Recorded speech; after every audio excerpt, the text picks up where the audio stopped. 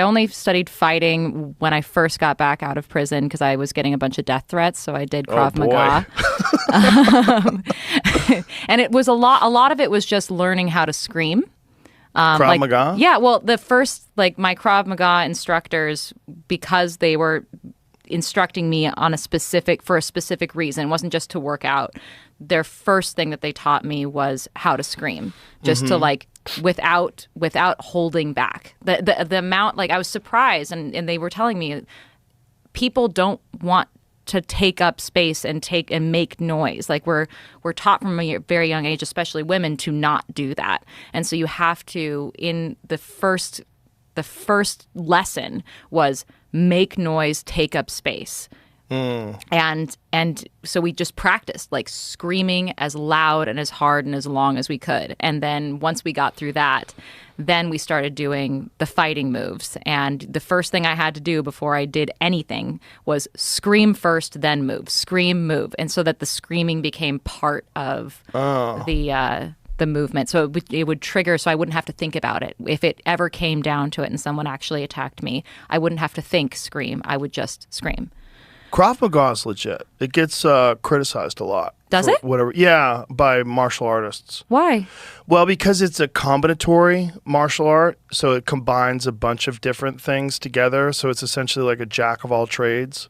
What's wrong with that? There's nothing wrong with that. Oh, okay. No, there's nothing wrong with that. It's like only being into purebred dogs. What's up with that? Well, no, it's is it effective, right? There's no Krav Maga artists that have gone on to dominate in the UFC. Oh, interesting. Yeah. I didn't know that. But you could kind of say that mixed martial arts, in a sense, is essentially the roots of Krav Maga, because it's taking the best aspects of various martial arts and training them. Yeah, how is it different? Well, the thing is that if you are training for self-defense, okay, you're training to defend yourself against an attacker, the true, in my personal opinion, the true best way to learn how to fight is to learn how to prepare yourself for trained killers, not the average person. Really? Yes. How often are you going to encounter trained killers? It doesn't matter. You should be prepared for trained killers, because you could run into a trained killer, and if you try to do some Krav Maga nonsense on me, I'm going to fucking strangle you. You can't defend yourself against someone who actually knows how to fight. Okay, here's a question. Can I ever actually defend myself against someone like you? No. Not against someone like me. So then what's the fucking point? Because you could defend yourself against someone who doesn't know how to fight as good as me, but the odds of someone like me attacking you are very, very, very, very, very small. You're saying I should train to be able to, yes, to fight against trained killers, but... Yes, defend yourself. But... Jiu-jitsu, you can. Jiu-jitsu, you could defend yourself. You're not going to... The way you would be able to beat me is if I was untrained. I have too many advantages, but also I don't have advantages if someone's bigger than me and just as well trained as me, right? Or more well trained than I am, better than me. I'm not going to beat, the UFC heavyweight champion. I'm not going to win. It's not possible. I don't care how long I do martial arts. But you can avoid dying by them. No. Okay, they'll just murder you. No, I can't. No. Great. No, I'm completely vulnerable. Okay, great. As an expert martial artist with 3 black belts, I'm completely vulnerable. Yeah, that's reality. That's physics. It's like you against an elephant who's going to win. Exactly. Yeah.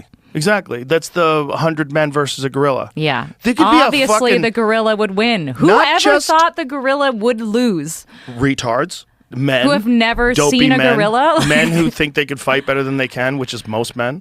Why? Whoever brought up that as even a thought experiment? I don't know, but it's funny that it's viral in 2025. I thought we'd have worked that out in the 50s. The fact that I feel like people just don't remember what animals are like. We're so out of touch with animals. They don't even know what an animal is. They have no idea. People know what their dog is. They have no idea what an animal is, an actual real animal. And also, your own dog could fuck you up if if it wanted to. Yeah, it just doesn't want to. Exactly. Yeah, well, unless you have a little dog. I'll fuck up a Chihuahua. Yeah, but fair. My dog, Marshall, he's a golden retriever. He's the sweetest dog on the planet. But he could probably kill me if he want. He just doesn't know, Right.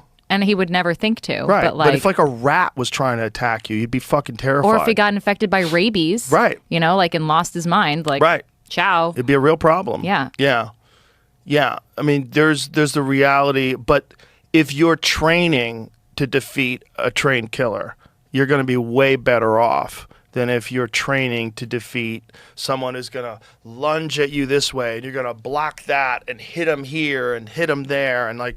But don't you fight differently against a trained killer versus like some dude who's like drunk and in a bar? No, the right way to fight is the right way to fight, period. Okay. Whether it's some drunk dude, if some drunk dude tries to take a swing at me, I'm not going to think, oh, he's a drunk dude, I shouldn't avoid this punch, I should do something different. No, it's like it's all the language. So martial arts is essentially like a language. And some people only know a couple of words, and some people can eloquently recite Shakespeare at the drop of a hat. Sure. And that's the difference between an expert and someone who doesn't really know what they're doing. And most people don't know what they're doing when it comes to martial arts. If you're preparing for someone who doesn't know what they're doing, that's not the right way to do it. The right way to do it is to prepare for someone who knows what they're doing. Now, this is very different. We're talking about like women's self-defense versus just, you know, like a grown man who is of normal size defending himself against another grown man of normal size. A fair fight. Yeah, a fair fight. But in a fair fight, you should be preparing to fight against a trained killer.